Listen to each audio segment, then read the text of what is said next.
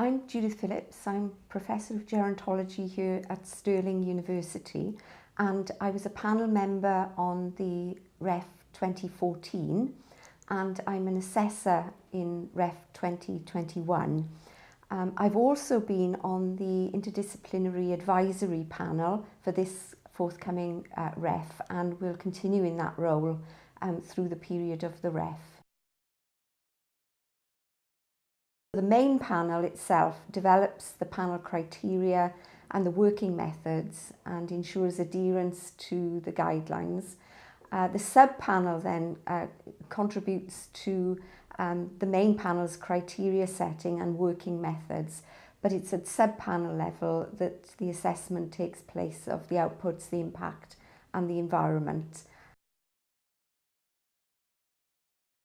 Interdisciplinarity is really important, and particularly in this REF where there will be the possibility of an interdisciplinary flag for outputs and impact, for example.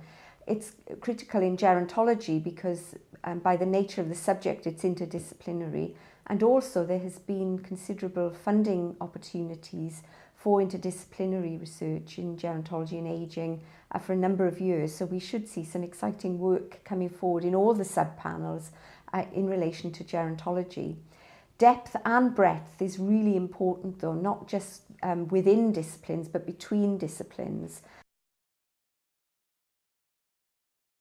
There is no hierarchy assigned to different impact types. So there's equal weight given to policy or practice, and in the REF 2014 impact case studies, you'll see that there was a whole diversity of case studies that were given 4 stars. So it's not just a particular type of impact, it's any type of impact.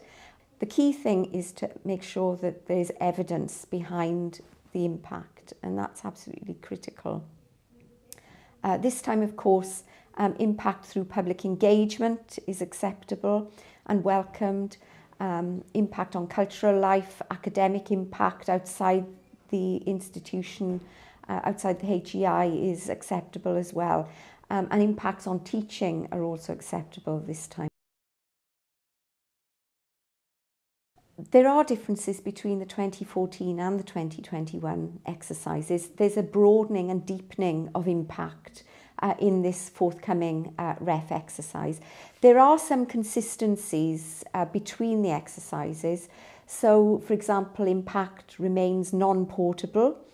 The 2-star threshold for underpinning evidence and publication is crucial, that's the same. And similar time frames as well. Of course, dates will be different, but the period under which impact is permissible is pretty much the same. There have been refinements, though, in terms of impact.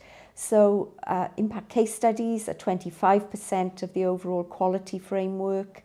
The impact template moves to the environment template and the environment statement.